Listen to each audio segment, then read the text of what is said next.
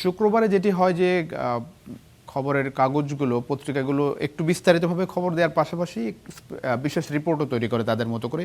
আমরা একটু প্রথমে শুক্রবারের সমকালে নজর দিতে চাই। খুবই ভালো একটি রিপোর্ট করেছে আশ্রয় কেন্দ্রে অনিয়মের ঠাঁই। আইএমইডির মূল্যায়ন প্রতিবেদন, পানি নেই, অস্বাস্থ্যকর পরিবেশ, অনুমোদিত 34টি গভীর নলকূপ স্থাপন করা হয়নি। একটা ছবি কক্সবাজারের চকরিয়ায় বেহাল আশ্রয় কেন্দ্র, ছবিটা দেখতে পাচ্ছেন। এখানে একেবারেই থাকার উপযোগিতা নেই তেমনটাই মনে হচ্ছে। বিদ্যুৎ নেই, 220টি সোলার প্যানেলের সবই নষ্ট, 100টি গবাদি পশু আশ্রয় কেন্দ্র নির্মাণই করা হয়নি। এটি একটি বিশেষ রিপোর্ট এবং এটি লিড স্টোরি আজকের শুক্রবারের সমকালের। জলবায়ু পরিবর্তন কেড়ে নিচ্ছে রাতের ঘুম, আরেকটি রিপোর্ট করেছে ক্লাইমেট সেন্ট্রালের গবেষণা। এখানে দেখা যাচ্ছে বক্স করে একটা রিপোর্ট দিয়েছে। জলবায়ু পরিবর্তনে দেশে রাত উষ্ণ হচ্ছে, রাতে গরম বাড়ছে, সেটি গবেষণার ফলাফল।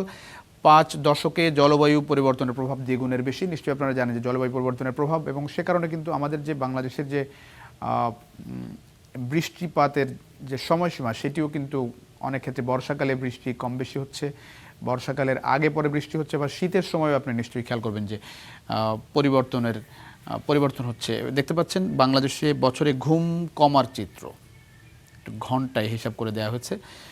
চট্টগ্রামে 84, খুলনায় 79, ঢাকায় 76, রাজশাহীতে, এবং এখানে যেটি বলা হচ্ছে যে 5 দশকে ঘুম কমার হার ঢাকা ও রাজশাহীতে 70 থেকে 1970 থেকে 75 সালে 3%, 2020 থেকে 25 মানে এই সময়ে 6%, কুমিল্লা এবং রংপুরে সেটি 7%।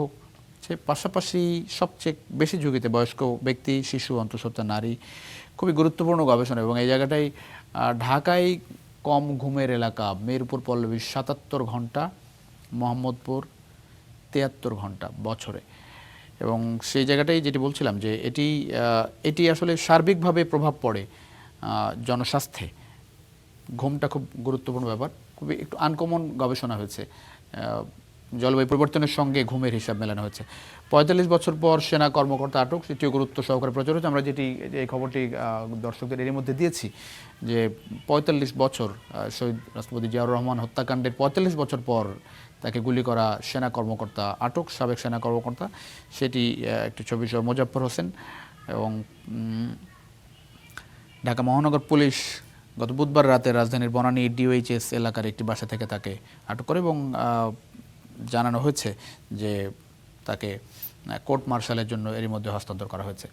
আমরা একটু সমকালে নিচের দিকে যেতে চাই। মেসির একটি ছবি সংযুক্ত করা হয়েছে, এখানে দেখতে পাচ্ছেন। আর্জেন্টিনা স্পেন এক মঞ্চে,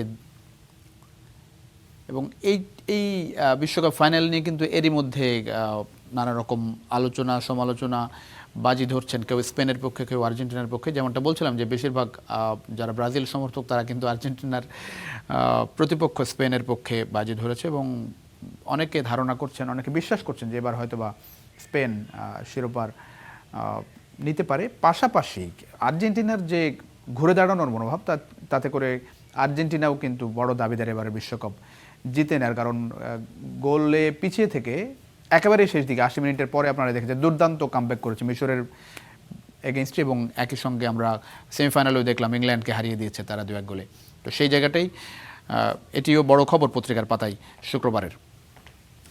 শিক্ষামন্ত্রীর পদত্যাগ দাবিতে আন্দোলন কিন্তু এখনও চলছে, এবং সেই জায়গাটায় শিক্ষা মন্ত্রণালয়ের অভিমুখে পূর্ব ঘোষিত গতকাল বৃহস্পতিবার লং মার্চ কর্মসূচির রাস্তায় নামেননি আন্দোলনরত এইচএসসি পরীক্ষার্থীরা। তারা জানিয়েছেন জনদুর্ভোগের কথা বিবেচনা করে আপাতত কর্মসূচি স্থগিত করেছেন। তবে শিক্ষামন্ত্রী জানিয়েছেন শিক্ষামন্ত্রীর পদত্যাগ সহ 3 দফা দাবিতে অনড় তারা রয়েছে। এবং গতকাল দুপুরে রাজধানীর সায়েন্স ল্যাব মোড়ে আয়োজিত সংবাদ সম্মেলনে আন্দোলনকারীরা শিক্ষার্থীদের প্রতিনিধিরা এই ঘোষণা দেন। তারা আজ বলেন যে কোনো সময় নতুন কর্মসূচি আসতে পারে। এবং স্বরাষ্ট্রমন্ত্রীর একটা প্রতিবেদন আমরা দেখছিলাম, স্বরাষ্ট্রমন্ত্রী বলছেন যে এই আন্দোলনের ভেতরে তিনি আসলে ঘোলা পানিতে মাছ শিকারের চেষ্টা দেখছেন, এবং সেটি যদি কেউ করে থাকে তাদের কোনোভাবেই আসলে ছাড় দেওয়া হবে না। আমরা একটু প্রথম আলোতে নজর দেব দর্শক। এই সকালে প্রথম আলোর প্রধান খবর আসলে বিশ্বকাপ, যেটি বলছিলাম যে খেলা যেহেতু হয়েছে রাত্রে 3টা সাড়ে 3টার দিকে খেলা শেষ হয়েছে, সেক্ষেত্রে শুক্রবার সকালে আসলে এটির প্রথম পাতায় চলে আসে। কারণ গতকাল পত্রিকার পাতায় এই খবরটি আসলে হয়তো এভাবে আসেনি। আর্জেন্টিনার সামনে শুধু স্পেন, সেমিফাইনালে ঘিরে আসার আরেকটি গল্প লিখে টানা দ্বিতীয় ফাইনালে মেসি তো সত্যিকারের সেই এলপিবি। আপনারা নিশ্চয়ই খেয়াল করেছেন, খেলা যারা দেখেছেন, মেসির 2 পাসেই কিন্তু আসলে গোল হয়েছে এবং মেসি তার সতীর্থদেরকে যেভাবে ব্যবহার করেছেন এটি আসলে যারা লিজেন্ড ফুটবলার তাদের আসলে কাজ। এবং এই কারণেই কিন্তু যারা আর্জেন্টাইন ভক্ত তারা আসলে শেষ পর্যন্ত আশায় ছিলেন যে আর্জেন্টিনা কামব্যাক করবে এবং সেটি কিন্তু হয়েছে। একটা গুরুত্বপূর্ণ খবর চোখে পড়েছে, সমাজ সেবায় তৃতীয় শ্রেণীর 312 পদে আবেদনকারী 12 লাখ। কিছুক্ষণ আগে আমার এক সহকর্মী জানাচ্ছিলেন এই আবেদনকারী নাকি 21 লাখ। সমাজ সেবায় তৃতীয় শ্রেণীর 312 পদ, মানে 312 পদে পরীক্ষা, তার বিপরীতে পরীক্ষার্থী এখানে বলছে 12 লাখ, সেটি আরও বেড়েছে এই এর আগে, রিপোর্টের আগে হয়তোবা 21 লাখ। এবং সেই জায়গাটা বলা হচ্ছে আবেদনকারীর একটি বড় অংশ স্নাতক বা স্নাতকোত্তর অর্থাৎ অনার্স মাস্টার্স পাস। যদিও এই চাকরির জন্য এইচএসসি পরীক্ষা দিলেই আপনি আবেদন করতে পারেন। বাস্তবতাটা বোঝার চেষ্টা করছেন। এবং দেশের শিক্ষিত তরুণদের বেকারের হার কত এবং চাকরির জন্য কতটা মানুষ এখনও মুখিয়ে আছে, বিশেষ করে শিক্ষিত বেকার যারা, কর্মসংস্থানের কী পরিমাণ অভাব, বেকার কতটা প্রকট বোঝা যাচ্ছে। 312 পদে পরীক্ষার্থী হচ্ছে 21 লাখ, মানে আনবিলিভেবল, এটা কোনোভাবেই হইতে পারে না। এবং এখন আপনি নিশ্চয়ই খেয়াল করবেন যারা ধরেন অনার্স মাস্টার্স পাস, তারা পরীক্ষা দিচ্ছে এইচএসসি পাস করলে যে পদে চাকরি পাওয়া যায়, কম্পিট করা যায় সেখানে। এবং অনেকে এরই মধ্যে কিন্তু আমার নিজেরই অনেকে পরিচিত আছে যারা খুবই খুবই লো ক্যাটাগরিতে আসলে চাকরি করে, অভাবনীয় ব্যাপার। এবং এখানে বলা হচ্ছে সম্প্রতি পাবনা জেলা প্রশাসকের কার্যালয়ে অফিস সহায়ক পদে চাকরি নিয়েছেন একজন ইঞ্জিনিয়ারও। এরকম উদাহরণ আসলে ভুরি ধরেন তৃতীয় শ্রেণীর চাকরি, কিন্তু একেবারেই অনার্স মাস্টার্স করা ব্রাইট স্টুডেন্টরাও কিন্তু এই পরীক্ষায় অংশ নিয়ে তারা চাকরি করছে।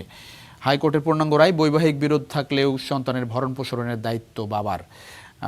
সন্তানের অনেক ক্ষেত্রে এখন আপনারা নিশ্চয়ই জানেন যে বিবাহ বিচ্ছেদ অনেক বেড়েছে, ডিভোর্স রেট অনেক বেশি এখন, সেই জায়গাটাই সন্তানরা অনেক ভালনারেবল অবস্থায় পড়ে। সেটির একটি হাইকোর্ট পূর্ণাঙ্গ রায় দিয়েছে যে বৈবাহিক বিরোধ থাকলেও সন্তানের ভরণ পোষণের দায়িত্ব এড়ানোর কোনো সুযোগ নেই এবং সেটির দায়িত্বভার বাবাকে নিতে হবে। নাবালক সন্তানের ভরণ পোষণের অধিকার মা বাবার মধ্যে বৈবাহিক বিরোধ আছে কিনা তার উপর নির্ভরশীল নয় বলে এক রায়ে উল্লেখ করেছেন হাইকোর্ট। রায় বলা হয়েছে তালাক বৈধ বা কার্যকর হয়েছে কিনা এ নিয়ে বিতর্ক থাকলেও নাবালক সন্তানের ভরণ পোষণের আইনগত দায়িত্ব তার বাবার উপরেই বর্তাবে। নিশ্চয়ই সাধুবাদ পাওয়ার যোগ্য এরকম একটি বিষয় নিশ্চয়ই বাংলাদেশের যে বর্তমান বাস্তবতা সেটি নিশ্চয়ই দরকার ছিল। যুক্তরাষ্ট্রকে ইরানের হুঁশিয়ারি, বেসামরিক স্থাপনায় হামলা হলে যুদ্ধ ছড়িয়ে পড়বে, ইরান হুঁশিয়ারি দিয়েছে।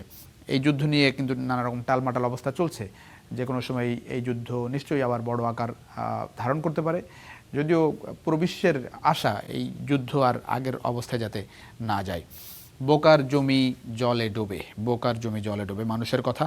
একটি বন্যার ভারী বর্ষণে বিদ্যালয়ের মাঠে পানি থই থই করছে, বিদ্যালয়ের সামনের অবস্থা একটা ছবি দিয়ে বোঝানো হয়েছে। বন্যা নিয়ে মানুষের কথা একটা স্টোরি করা হয়েছে এরকম।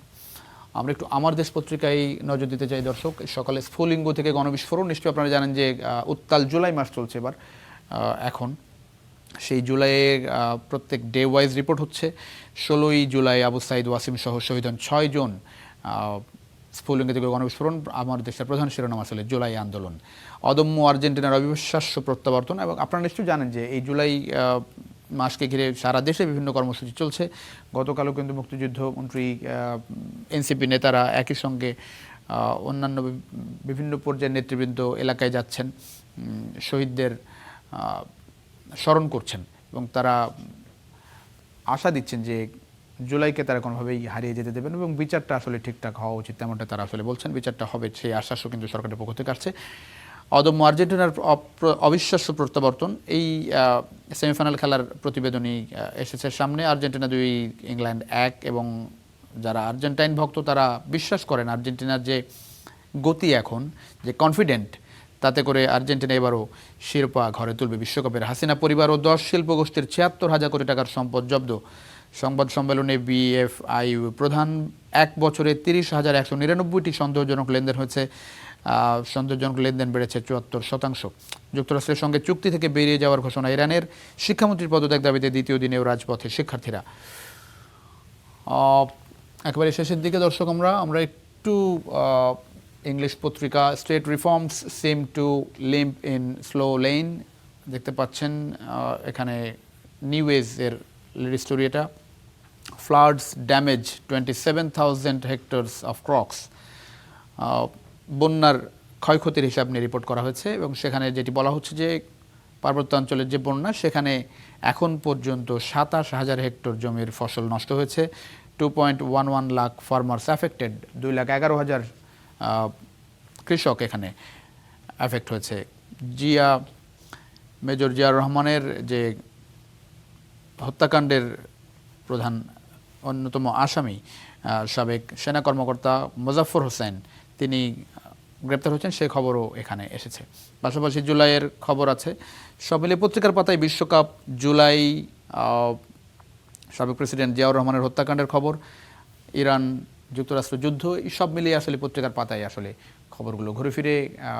এবং সবচেয়ে বড় আমরা একটি প্রতিবেদন দেখছিলাম যে একেবারে এই ছোট পদের চাকরিগুলোতে যারা উচ্চশিক্ষিত তারা আসলে পরীক্ষা দিয়ে চাকরি নেওয়ার চেষ্টা করছে। 312 পদে পরীক্ষার্থী, প্রায় 20 লাখ 21 লাখ।